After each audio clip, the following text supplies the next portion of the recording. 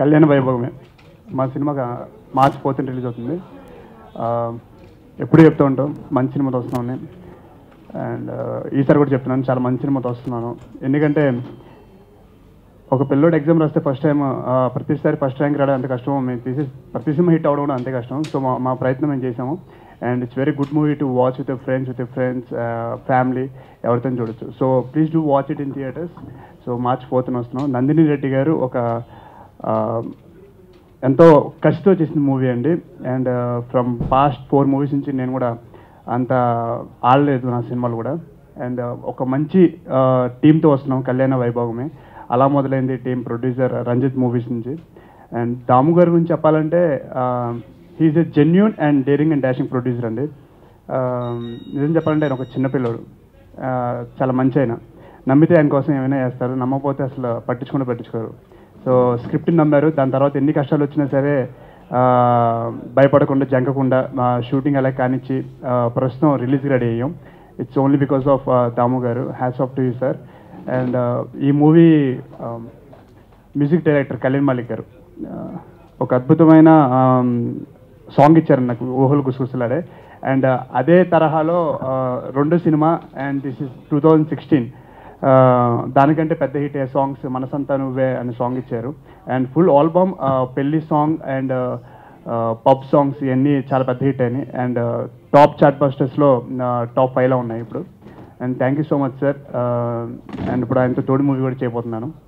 And Nandini Reddy గారు, వీడి గురించి అని చెప్పడం చాలా తక్కువ అండి. ఎందుకంటే నేను విన్నప్పుడు ఈ స్టోరీ ఒక ½ an hour నరేట్ చేశాను అనమాట నాకు. It's almost like 30-45 minutes. నేను వినేసిన తర్వాత మ్యామ్ ఇంకొక అరగంట చెప్తారు నాకు అన్న. ఎందుకంటే ద స్టోరీ ఇట్ సెల్ఫ్ కూర్చుని ఇంకా ఎంతసేపైనా చూడొచ్చు ఈ మూవీని, అంత విధంగా ఉందన్నమాట. సో నేను వినిన తర్వాత ఆల్మోస్ట్ 6-7 months నేను మళ్ళీ టచ్ చూడలేను. సో దాని తర్వాత మళ్ళీ ఫోన్ చేశారు, శౌర్య దాము గారితో వెళ్తున్నాము, ఈజ్ ఇట్ ఓకే అని. మ్యామ్ ఇంకేం కావాలి మ్యామ్ నాకు, అలా మొదలైంది మళ్ళీ రిపీట్ అవుతుంది. సో డెఫినెట్లీ ఓకే మ్యామ్ అని చెప్పి నేను షూటింగ్ ముందు ఒక 2 days ముందు మళ్ళీ కలిసి అగ్రిమెంట్ చేసి అప్పుడు స్టోరీ విని దాని తర్వాత ఇంకా 3rd meeting వీఆర్ ఇన్ షూట్ అనమాట. సో అంత నమ్మడం అనేది బేసిక్లీ చాలా కష్టం. ఎందుకంటే ప్రతి హీరోకి సినిమా ఫ్లాప్ అయ్యే కొద్దీ వచ్చే మూవీ డైరెక్టర్స్ కానీ ప్రొడ్యూసర్స్ కానీ బ్యాక్ వెళ్ళిపోయే రోజుల్లో అలాంటిది నాకు 2-3 సినిమాలు మూవీ ఫ్లాప్ అయినా సరే జంకకుండా స్టోరీ మీద నమ్మకం పెట్టుకుని ఆ స్టోరీకి సరిపోతా అని చెప్పి ఆ ఒక నమ్మకం నా మీద పెట్టుకుని ఎటువంటి డివియేషన్ లేకుండా నాకు వెళ్ళినందుకు thank you so much ma'am. And heroine Malavika గురించి చెప్పాలంటే she is a kid and actually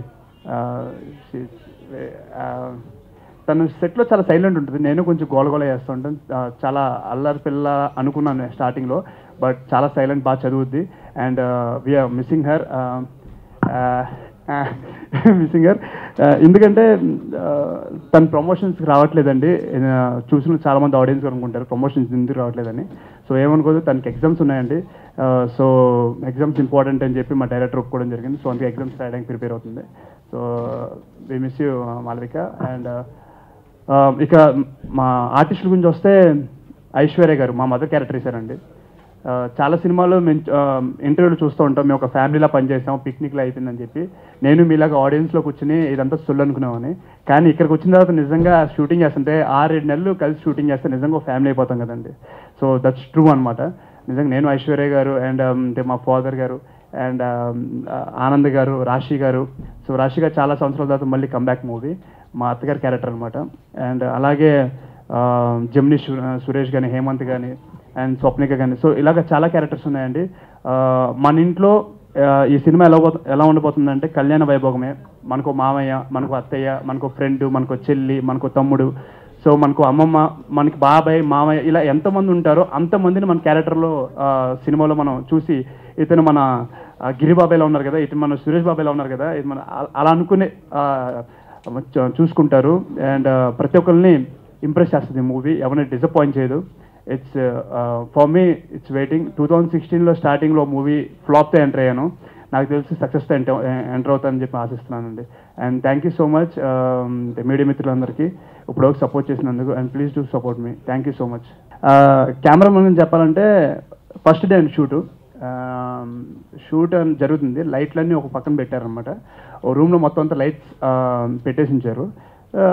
ma'am Shaurya ready ready అంటే నేను వెంటనే పరిగెట్టుకుంటా రూమ్లోకి వెళ్ళి, ma'am okay ma'am take ma'am అన్న. అంటే బేసిక్లీ లైట్స్ ఉన్న చోట మా ఒక యాక్టింగ్ జరుగుతూ ఉంటుంది ఎప్పుడైనా సరే కెమెరాస్.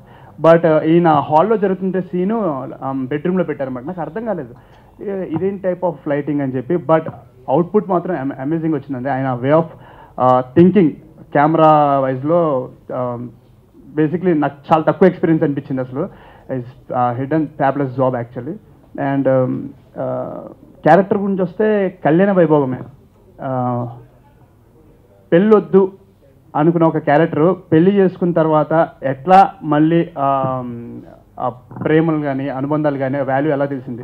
ఇప్పుడున్న జనరేషన్లో నన్ను తీసుకుంటే ఈ క్యారెక్టర్ ఒకవేళ మా మమ్మీని పెళ్లి చేసుకుంటారంటే వామ్మ ఇప్పుడు వద్దులే అంటారు. సో అలాగే ఉన్న క్యారెక్టరే సినిమాలో అన్నమాట. సినిమాలో క్యారెక్టర్ పేరు కూడా శౌర్య.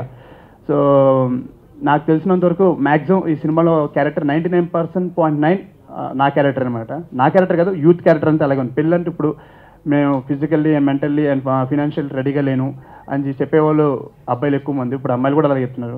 సో అలాంటి అందరికీ మంచి సినిమా.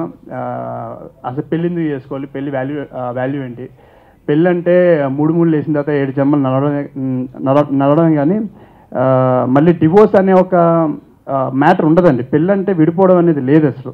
ఏ శాస్త్రంలో కూడా విడిపోవడం అనేది లేదు.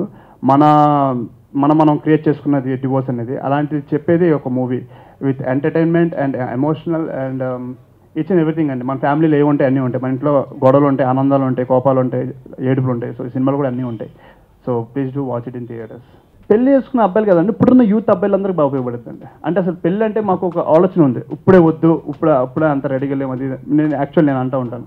సో అలాగే ఈ క్యారెక్టర్ కూడా అంటూ ఉంటే ఇంట్లో ఫోర్స్ వల్ల ఎలా చేసుకున్నాడు అండ్ చేసుకున్న తర్వాత ఎలా ఫైనల్లీ లవ్లో పడ్డాడు. సో అనేది ఈ సినిమా మూవీ. బేసిక్లీ చెప్పాలంటే ఈ సినిమాలో నేను పెద్ద యాక్టింగ్ చేయలేదండి. ఎందుకంటే నందిని రెడ్డి గారిది ఆవిడ చేసిన తర్వాత నేను అక్కడికి వెళ్ళి ఇమిటేట్ చేస్తే సరిపోయింది. ఎందుకంటే నందిని రెడ్డి గారు చాలా మంచి యాక్టర్. అంటే హావభావాలు కానీ నవరసాలు కానీ బాగా పండిస్తారు. అండ్ ఒక ఆర్టిస్ట్కి అంటే ఒక డైరెక్టర్గా ఉన్న డైరెక్టర్ ఆర్టిస్ట్కి ఎంత ఈజీగా చెప్పగలరో అంత ఈజీగా చెప్పి చూపించారు నాకు. సో నేను ఈ సినిమాలో పెద్ద కష్టపడలేదండి. నందిని రెడ్డి గారు చేసింది అలా స్టాంప్ యాస్టీస్గా చేస్తే సరిపోయింది నాకు. సో నాకంటే ముందు నందిని రెడ్డి గారు కెమెరా ముందు యాక్ట్ చేసేవాళ్ళు, నేను వెళ్ళి అలా సేమ్ చేసేవాడిని. So that's it. చాలా క్లారిటీ ఉన్న డైరెక్టర్ అనమాట. So easy to work with her. Movie highlight వచ్చి పెళ్లి సాంగ్ అండి. అంటే పెళ్ళికి ఒప్పుకునే ముందు అసలు ఏ సిచ్యువేషన్లో పెళ్ళికి ఒప్పుకుంటారు, దాని తర్వాత ఏ సిచ్యువేషన్లో పెళ్ళి స్టోరీ చెప్పేస్తున్నాను ఆల్మోస్ట్. సో ఎందుకు అలా వెళ్తారు, ఎందుకు ఇలా వస్తారు, అది సినిమా చూడాలి మీరు. It's family entertainer. ఫ్యామిలీ కూడా ఇది సెంటిమెంటల్లీ మూవీ. అంటే సెంటిమెంటల్ మూవీ. సో కొంచెం మెంటల్ కూడా తెప్పిస్తుంది అనమాట కామెడీ వల్ల. So it's a sentimental movie. Family సినిమాలో లిప్ లాక్స్ ఉండకూడదు, ఫ్యామిలీ అంటే మాస్ మూవీలో లిప్ లాక్స్ ఉండాలి. సినిమాకు ఒక తీరు అనేది లేదండి. సినిమా స్టోరీకి అవసరమైతే ఏదైనా జనాలు యాక్సెప్ట్ చేస్తారు. నెక్స్ట్ మూవీస్ ఒక మనసు అండి, రామరాజు గారు డైరెక్టర్ అండ్ మధుర శ్రీధర్ గారు అండ్ TV9 ఎంటర్టైన్మెంట్స్ చేస్తున్న మూవీ. నిహారిక గారు చేస్తున్నారు. అండ్ అది ఆల్మోస్ట్ అయిపోయింది. I think 1 or 2 days shoot ఉంది. పోస్ట్ ప్రొడక్షన్ రెడీగా ఉన్నాం. అండ్ ఇంకో అనదర్ 1 week జోచ్తానంత స్టార్ట్ అవుతుంది. అవసరాల్ సినిమాస్ గారి డైరెక్షన్లో, సాయి కొరపాటి గారు ప్రొడక్షన్లో. And after that, I'll let you know. It's too early to talk about that.